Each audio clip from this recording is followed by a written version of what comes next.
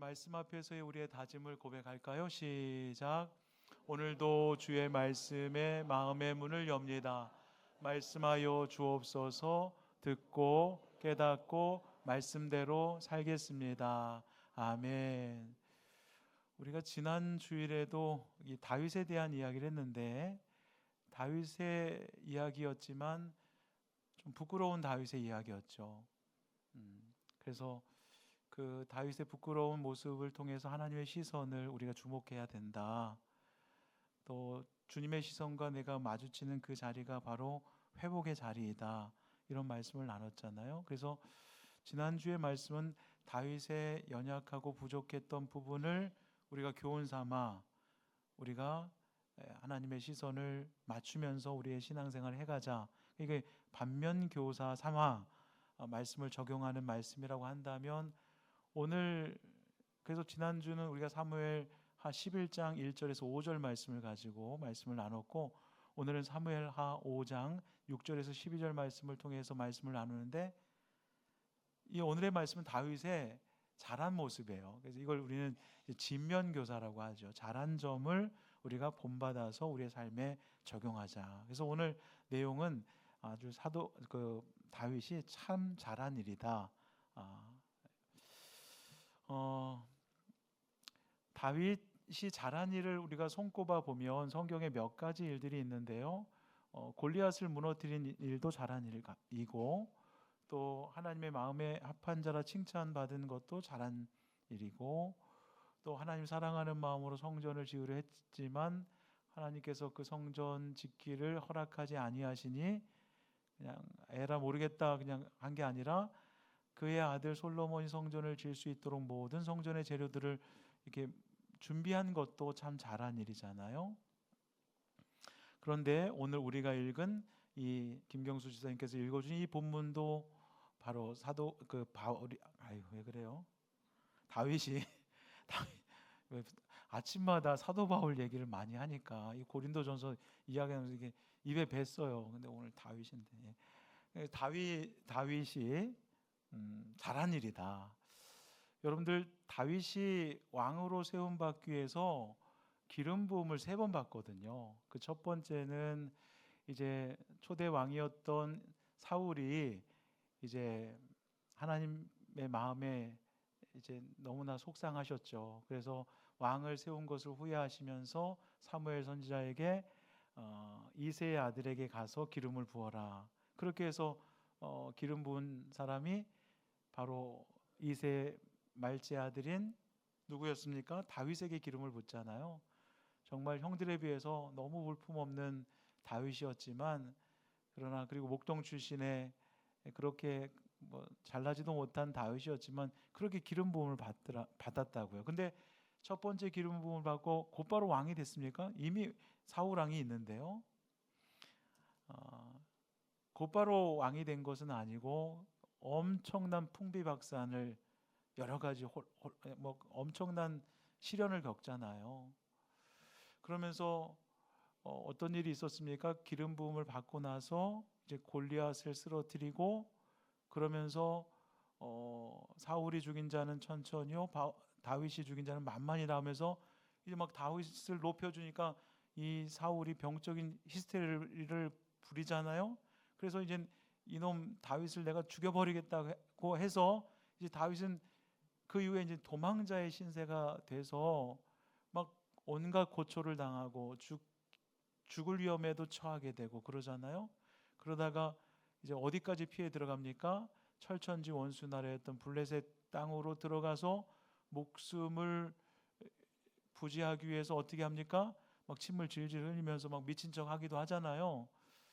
그런 가운데 이제 사울과 그의 아들 요나단, 다윗의 아주 절친이었죠.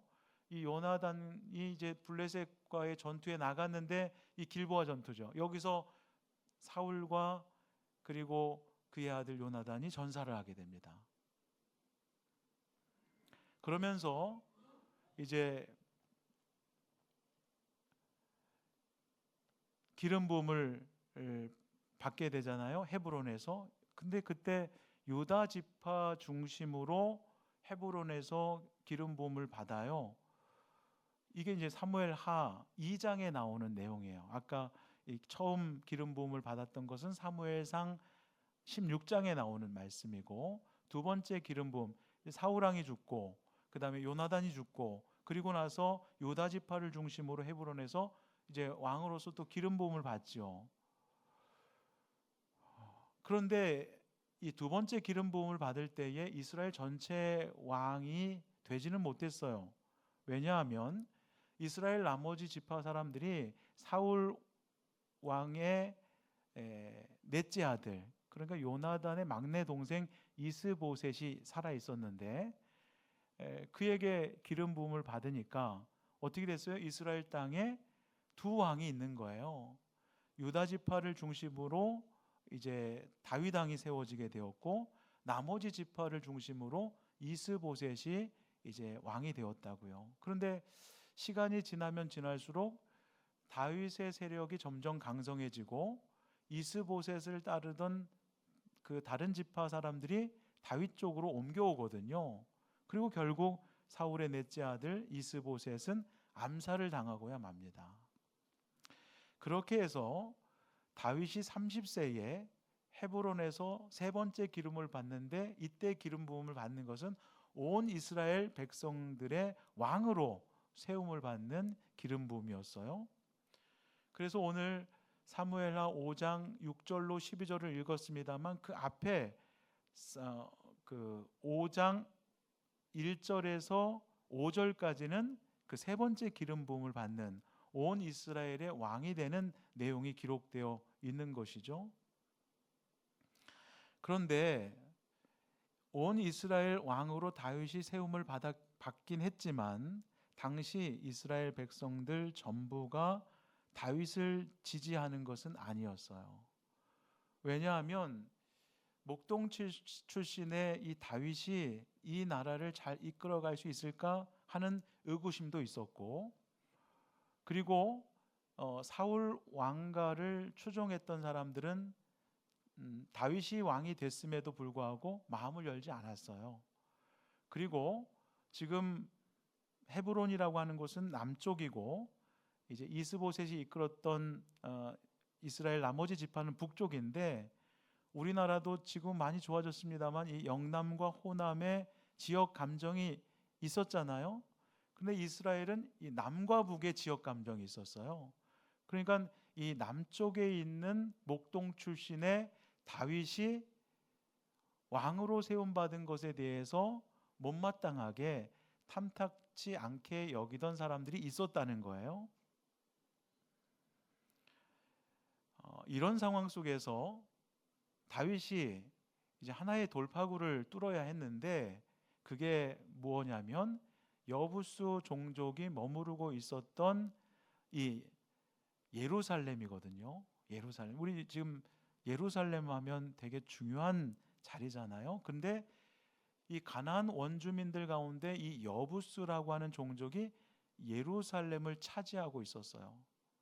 그냥 다윗이 생각했을 때에 지금 남과 북이 이렇게 하나 되지 못하는 이유가 꼭 우리나라 38선이 이렇게 나뉘어져 있듯이 이 정중앙에 있는 예루살렘을 헤브론 그 여부수 종족이 차지하고 있으니 이 땅을 차지해야겠다. 그래서 완전히 통일을 이루어야겠다. 이런 생각이 있었던 것 같고, 그리고 두 번째는 이 베냐민 지파 출신의 그 지금 사울이 첫 번째 왕이 됐음에도 불구하고 사실 이 여부스 종족이 머무르고 있는 예루살렘 이 땅은 여호수아가 요단강을 건너서 가나안을 정복해 들어가면서 그 여부수 종족의 이 땅을 어느 지파에게 땅을 분배하냐면 베냐민 지파에게 땅을 분배하거든요. 근데 베냐민 지파의 출신 사울임에도 불구하고 그 땅을 점령하지를 못했던 거예요. 그러니까 내가 이 땅을 점령하게 되면 사울을 추종하는 사람들의 마음을 얻게 돼서 더 강력한 왕권을 가지고 이스라엘을 통치하겠다라고 하는 생각을 가지고 이 여부수 종족이 머무르고 있었던 이 예루살렘을 점령하기로 마음을 먹은 거예요. 그래서 여러분들 지도 하나를 볼 텐데요. 한번 보여주시죠. 저게 지금 이스라엘 지도인데요. 왼쪽 파란색은 지중해고, 그 다음에 이제 밑에 쪽에 있는 사해 바다가 있고 또 요단강이 있고 그 위에 갈릴리가 있는데, 여부수 족이 있었던 곳이 바로 저기 빨간색 색칠한 곳, 저기 예루살렘이 있거든요. 그래서 사해 바다 윗상단이 바로 여리고가 있고, 여리고에서 이제 쭉 올라가면 해발 760m 쭉 올라가면 예루살렘이라고 하는 곳이 나오거든요. 그러면 왜 사울왕은 이 예루살렘을 점령하지 못했을까? 점령하려면 여부수 종족을 쫓아내야 되는데 왜 그들을 쫓아내지 못했을까? 근데 잘 보세요. 지금 가나안 땅 분배는 지금 땅 분배가 끝나고 사사 시대가 200년이 지속이 되거든요. 그러니까 사사 시대 200년 동안 그 땅의 원주민들을 쫓아내지 못했다는 거예요. 예루살렘 여부수 종족을. 그리고 사울 왕이 됐는데도 쫓아내지 못했어요. 그리고 이번에 사울 왕이 칼을 빼들고 이 여부수 종족을 몰아내고 예루살렘을 점령하겠다고 지금 이제 나아가고 있는 상황이에요. 그럼 질문 드려볼게요. 왜 예루살렘을 왜 그렇게 정복하지를 못했을까? 여부수 종족을 왜 쫓아내지를 못했을까? 우리가 질문해 볼 수 있잖아요. 왜 그랬을까요? 지리적으로 봤을 때 뭐 제가 이렇게 질문하고 여러분 답을 구하는 건 아니에요. 그냥 제가 그냥 답을 할 테니까 여러분 잘 따라오시면 되겠습니다. 여러분들 왜 그랬을까요?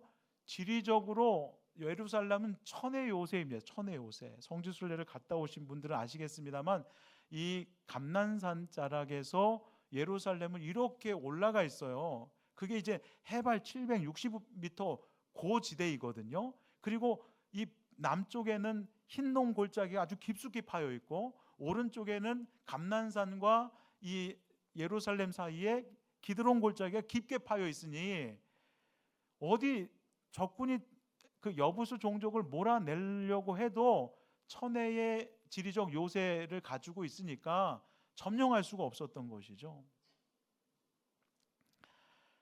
그래서 베냐민 지파에게 분배받은 이 땅 사사시대에도 한번 볼까요? 사사기 1장 21절 말씀 볼까요? 베냐민 자손은 예루살렘에 거주하는 여부수 족속을 쫓아내지 못하였으므로 여부수 족속이 베냐민 자손과 함께 오늘까지 예루살렘에 거주하였다. 이게 사사시대인데 이 사사시대가 200년이 지나가는 동안도 같이 사는 거예요. 그리고 사울 왕권 시대가 된 사울 왕이 됐는데도 불구하고 쫓아내지를 못했어요. 베냐민 지파 출신이 사울도 자기 조상들에게 준 이 땅을 점령하지 못했다고요. 근데 사울이 이제 칼을 빼든 거죠. 내가 저 땅을 차지해서 남과 북의 이 38성과도 같은 예루살렘을 점령하겠다. 그리고 사울 왕도 점령하지 못한 땅을 내가 점령함으로 이 왕권을 강화해서 이스라엘을 아주 부강한 나라를 만들겠다. 이렇게 야심을 가지고 정복에 들어가는 거죠. 그러면 이 소식을 들었던 여부수 종족의 사람들이 어떤 반응을 보였을까요? 오늘 우리가 읽었던 6절 말씀을 한번 보겠습니다. 왕과 그의 부하들이 다윗 왕과 그의 부하들이 예루살렘으로 가서 그 땅 주민 여부수 사람을 치려 했습니다. 그랬더니 그 여부수 사람들이 다윗에게 뭐라고 이야기하냐면 너가 결코 이리로 들어오지 못해 라고 이야기해요. 그러면서 조롱 섞인 말로 이렇게 이야기합니다. 맹인과 다리 저는 자라도 너를 물리칠 거야. 그러면서 여부수 사람들의 생각에는 다윗이 이리로 들어오지 못할 것이라고 하는 확신을 갖고 있어요. 왜?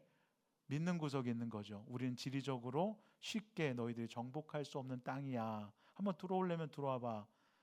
우리 종족 가운데 다리 저는 자, 맹인인 자들도 너희들 금방 물리칠 수 있어. 이렇게 호언장담하고 있는 거예요.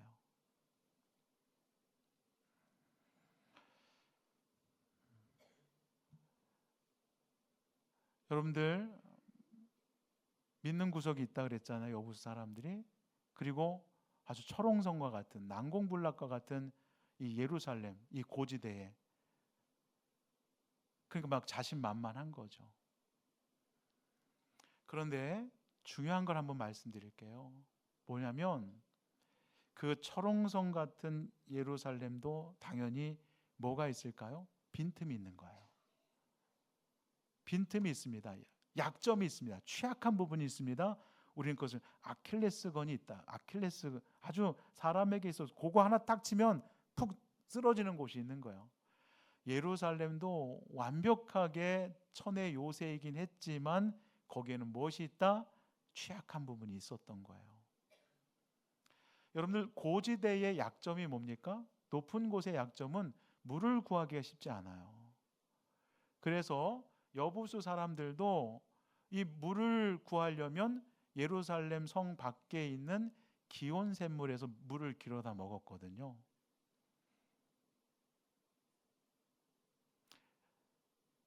그런데 여러분들, 이제 여부수 사람들도 자꾸만 이 땅을 넘보는 이스라엘 백성들이 많으니까 나름 이 예루살렘 성이 포위되면 어떡하지? 그러니까 기온샘과 예루살렘 성 간에 비밀스러운 지하 터널을 뚫어놨습니다. 그걸 이제 오늘 성경에도 나오는 밀로라고 되어 있는데 이게 은밀한 길이에요. 자기들만 아는 비밀스러운 곳. 그래서 예루살렘 성곽을 둘러싼다 해도 우리는 물을 이 밀로를 통해서 이제 비밀스럽게 물을 공급해 내면 되는 거니까 이렇게 자신만만한 거예요. 들어오려면 들어와 봐라. 포위하려면 포위해봐라. 우리 끄떡 없어. 근데 수많은 사람들이, 그리고 수많은 나라의 사람들이 그 밀로를 발견하지 못했어요. 근데 누구는 발견했을까요? 다윗은 그 밀로를 발견했고 알았습니다. 그래서 오늘 보면 8절 상반절에 보면 보세요. 그날에 다윗이 이르기를 누구든지 여부수 사람을 치거든 어디로 올라가라고요? 물 깃는 데로 올라가라. 왜? 거기에 비밀 통로가 있다는 것을 다윗이 알고 있었기 때문에 그래요. 결국 다윗은 예루살렘을 점령했을까요? 못했을까요? 점령했습니다. 이 말인즉슨 여부수 종족을 예루살렘에서 몰아냈을까요? 못 몰아냈죠. 몰아내고 나서 다윗은 어떻게 됐을까요? 오늘 우리가 읽었던 10절 말씀 볼까요? 만군의 하나님 여호와께서 함께 계시니 다윗이 점점 어떻게 져 갔어요? 강성해져 갔다. 여부수 종족을 몰아내고 예루살렘을 차지하고 만군의 여호와께서 함께 하시니 다윗이 점점 강성해져 갔다. 또 12절도 보실까요? 오늘 우리가 마지막으로 읽었던 12절, 다윗이 여호와께서 자기를 세우사 이스라엘 왕으로 삼으신 것과 그의 백성 이스라엘을 위하여 그 나라를 높이신 것을 알았더라. 그래서 이후 어떻게 됩니까? 다윗이 이끄는 이스라엘 민족은, 이스라엘 나라는 가장 번성한, 가장 영토를 넓혀간 태평성대를 이룬 그런 왕으로 남게 되죠. 오늘 말씀, 이 텍스트에서 우리가 해석해 낸 이 말씀을 이제 우리의 삶의 자리, 콘텍스트, 삶의 자리로 이제 가지고 와 보겠습니다. 오늘 이 다윗의 이야기를 통해서 우리 각자에게 주신 하나님의 음성이 있을 텐데요. 그 음성을 꼭 붙잡기를 원해요. 질문 드려 볼게요. 답을 할 필요는 없겠어요. 여러분에게도 여부수 사람들이 살고 있는 예루살렘 같은 곳이 여러분의 삶의 자리에 있습니까? 반드시 쫓아내야 되는데, 여부수 종족을 반드시 쫓아내야 되는데 쫓아낼 길이 없는 거예요. 그래서 어쩔 수 없지, 그냥 이렇게 살아야지 라고 하면서 자포자기하면서 그냥 함께 살고 있는 내 삶의 여부수. 그래서 오늘 설교의 제목이 나의 여부수는 이거예요. 나의 여부수. 쫓아내야 하는데 쫓아내지 못해서 그냥 그것 때문에 앞으로도 가지 못하고 너무 힘들어하는 그 나의 여부수, 좀 더 구체화시켜 볼까요? 어떤 분에게는 무언가를 하려고 할 때마다 나의 발목을 붙잡는 나의 잘못된 습관이 나의 여부수일 수 있거든요. 뭐가? 나의 잘못된 습관이. 뭘 이제 새롭게 결단하고 뭘 하려고 하는데 그 잘못된 습관이 나의 발목을 꽉 붙잡아요. 열심히 신앙생활하려고 할 때마다 나를 낙담시켜 시작할 용기조차 없애버리는 사람이 있을 수 있죠. 그 사람이 나의 여부수죠. 그가 남편일 수 있고, 그가 아내일 수 있고, 아니면 내 삶을 가로막고 있는 커다란 장애물, 좀 더 구체적으로 말씀드린다면 부정적인 생각들, 또 깊은 상처들, 나의 여부수일 수 있죠. 야, 너는 안 된다니까. 니까짓 게 뭐래? 지금 여부수 사람들이 다윗이 예루살렘을 점령해 들어왔을 때에 비아냥거렸던 조소 섞인 말도가 똑같잖아. 야, 여기 들어온다고? 야, 우리나라 맹인과 다리 저는 자도 너를 물리칠 수 있어. 들어오지 못할걸? 자신하는 게 뭐예요? 믿고 있는 구속이 뭐예요? 천의 요새이고 우리는 밀로를 뚫어서 너희가 포위한다 해도 우리는 물을 공급받을 수 있고 몇 날 며칠을 버텨낼 수 있어. 끄떡없다고. 우리도 그러한 말들을 들을 때마다 자꾸만 움츠러드는 거예요. 자꾸만 맥이 쭉 빠지는 거예요. 그게 나의 여부수죠. 그런데 우리가 똑똑히 기억해야 될 게 뭐냐면 나를 힘들게 하고 내 스스로가 해결하지 못하는 그 사람, 그 문제, 그 상처, 그 아픔 아직까지 해결되지 않은 채 그냥 그러려니 하면서 사는 그런 여부수들이 있는 한 강성에 갈 수가 없어요. 왜냐? 발목을 붙잡거든요. 발목을. 가시 같아서 찌르거든요. 그러면서 내 스스로가 자꾸만 쪼그라드는 거예요. 기지개를 펴지를 못해요. 자꾸만 이 나의 여부수를 몰아내야 되거든요. 예루살렘을 점령해 가야 되거든요. 여부수 사람들이 거주하고 있었던 예루살렘에는 비밀스러운 통로가 있었습니다. 밀로가 있었습니다. 지금까지 이스라엘 백성들 가운데 그 누구도 그 밀로를 발견하지 못했습니다. 그런데 다윗만큼은 그 비밀스러운 통로를 발견했습니다.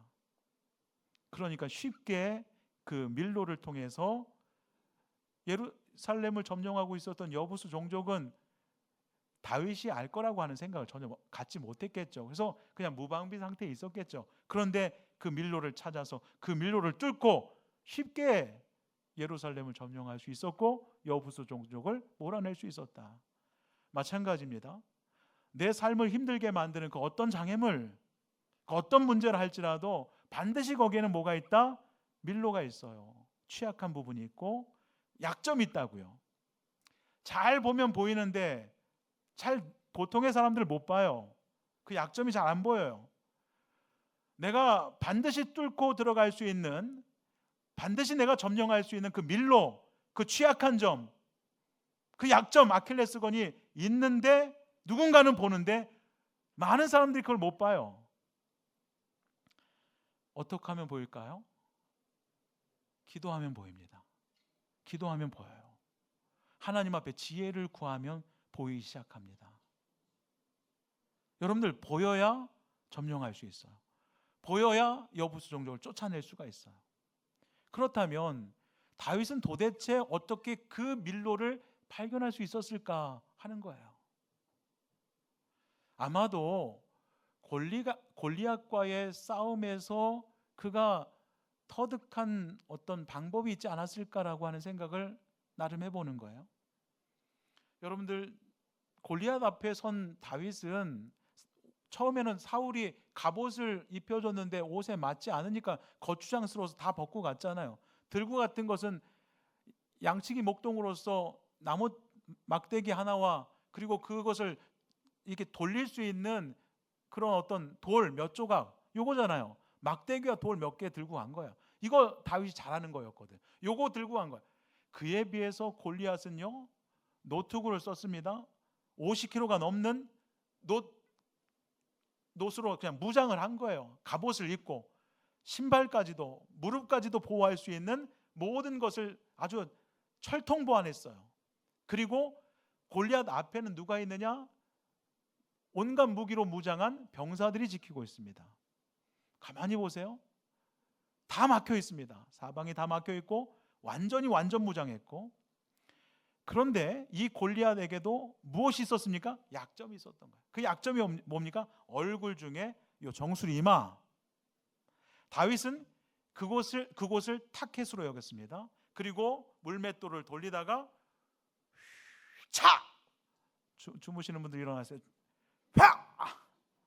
그랬더니 그 목표 지점을 향해서 탁! 부딪히자마자 골리앗이 칼도 꺼내보지 못한 새 그냥 그 앞에서 푹 쓰러지는 거예요. 완벽하게 무장한 골리앗에게도 무엇이 있었습니까? 약점이 있었어요. 약점. 여러분들 축구에서 골키퍼를 그 수문장이라고 이야기합니다. 골을 다 막는다는 거예요. 그런데 전 세계적으로 돈을 막 엄청 많이 받는 최고의 골키퍼라도 무엇이 있습니까? 들어갈 수 있는 구멍이 있어요. 그래가지고 최고의 골키퍼는 한 골도 먹지 않습니까? 그런 골키퍼는 이 세상에 단 한 사람도 없어요. 아무리 잘 막는 수문장이라고 해도 저 골대 구석으로 들어가면 다 들어가거든요. 그래서 점수가 들어가는 거잖아요. 아마도 다윗은 이 골리앗과의 싸움에서 완전히 철통보안, 완전히 모든 것이 다 갖춰지고 빈틈이 없을 것 같아 보였지만 그 이마를 보고 던진 거예요. 그리고 쓰러지는 것을 봤어요. 그러면서 다윗이 왕이 됐잖아요. 그러면서 이제 저 여부수 종족을 쫓아내고 예루살렘을 점령해야 되는데 어떻게 해야 될까 고심했겠죠. 하나님 앞에 묻기도 했겠죠. 저 천의 요새, 밑으로는 흰 농골짜기, 옆으로는 기드론 골짜기. 와, 저기를 어떻게 점령하지? 답이 안 보이는데 또 생각했겠죠. 또 그러면서 기도했겠죠. 그러면서 어디까지 생각하게 되냐면, 야, 우리가 예루살렘을 포위했을 때 저들은 기온샘에서 물을 가져와야 버틸 수 있는데 우리가 포위하면 우리 포위진을 뚫고 기온샘에서 물을 길어올 수는 없을 거고, 이놈들이 구멍을 다 팠겠는데 여기까지 생각하지 않았겠어요? 뭔가 지하 비밀스러운 터널을 뚫었겠다. 여기까지 생각이 됐던 것이죠. 여러분들, 다윗은요, 다윗이 어디서 태어납니까? 베들레헴에서 태어나죠. 베들레헴과 예루살렘 간의 거리가 8km밖에 안 돼요. 그러니까 예루살렘 성 밖에 뭐가 있다는 걸 알아서 기온샘물이 있다는 걸 알았죠. 양측이 목동이었으니까 잘 알지 않았겠어요? 그러고 보면 인생 살면서 정말 모든 게 버릴 게 없다라는 생각을 지울 수가 없어요. 저희 아버지가 막 그랬다고 했잖아요. 막 술 드시고 막 이렇게 했다고 했잖아요. 근데 그때는 막 이해도 안 되고 속상하고 막 그랬다 그랬잖아요. 지금 와서 생각해 보면, 야, 그때 우리 아버지가 그렇게 그러셨기 때문에 나를 엄청 단련시키셨구나. 목회지에 갔더니요, 저희 아버지 같은 분들이 있는 거예요. 그런데요, 그거 견뎌낼 수 있었습니다. 저희 아버지가 어렸을 때부터 저를 아주 연단시킨 거예요. 연단시켜가지고, 야, 하나님은 그렇게 깨닫는 순간을 주시는 거예요. 야, 우리 인생사에서 버릴 게 없다. 너 왜 그때 그렇게 힘들었는지 아냐? 이때를 위함이었어.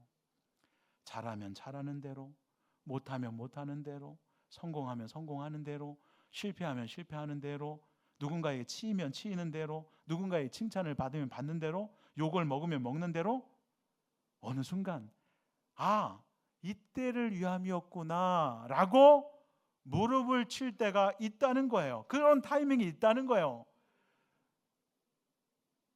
베들레헴에서 다윗은 그냥 목동으로서의 삶을 살았을 뿐입니다. 그런데 그가 왕이 되고 예루살렘을 점령해 가는데 목동으로서의 그때 그 시절에 기온샘이 있다는 것, 저 예루살렘까지? 그러면서 그가 샅샅이 뒤졌겠죠. 기온샘 주변을. 그랬더니 풀숲에 가려져 있는 뭔가 동굴인데 열어보니까 비밀 터널이 있는 거예요. 여러분, 그 터널이 언제까지 이어지냐면 예수님 시대 실로암 물까지 이어지는 거예요. 기온샘에서 거기까지 물이 자연스럽게 실로암 물까지 가도록 되어 있거든요. 그게.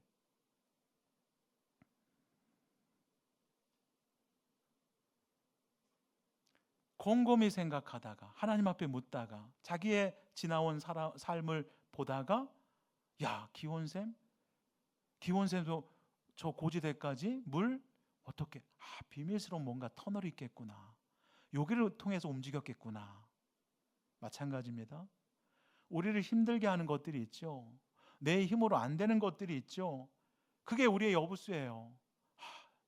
바뀌지 않을 것 같은 남편, 바뀌지 않을 것 같은 자식들, 바뀌지 않을 것 같은 아내들, 내 상처들, 내 아픔들, 내 고난들 자세히 보세요. 곰곰이 보세요. 좀 더 깊게 보세요. 한쪽을 이렇게 봤다면 이렇게 틀어서 보세요. 여러분 그거 아세요? 제가 이게 등산을 요새는 못하지만 예전에 등산을 해보면 제가 이렇게 갔던 길을 되돌아올 때는 새로운 길이에요.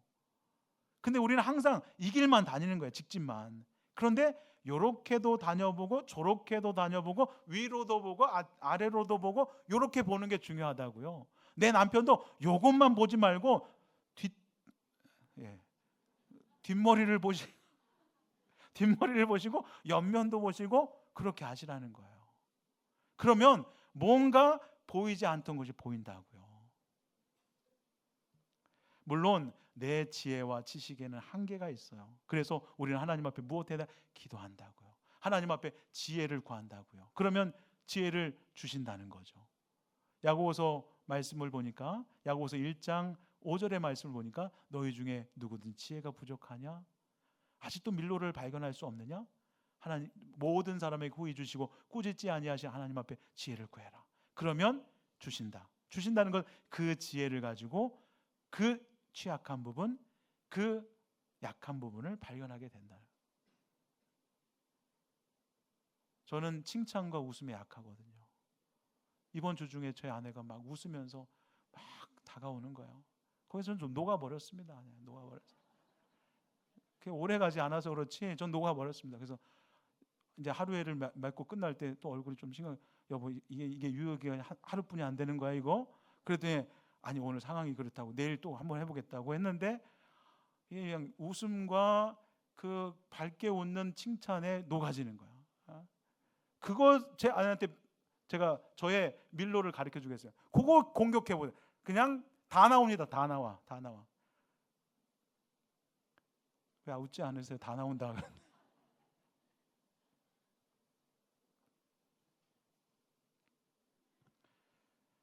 하나님께서 지혜를 주시면 반드시 밀로가 보여요.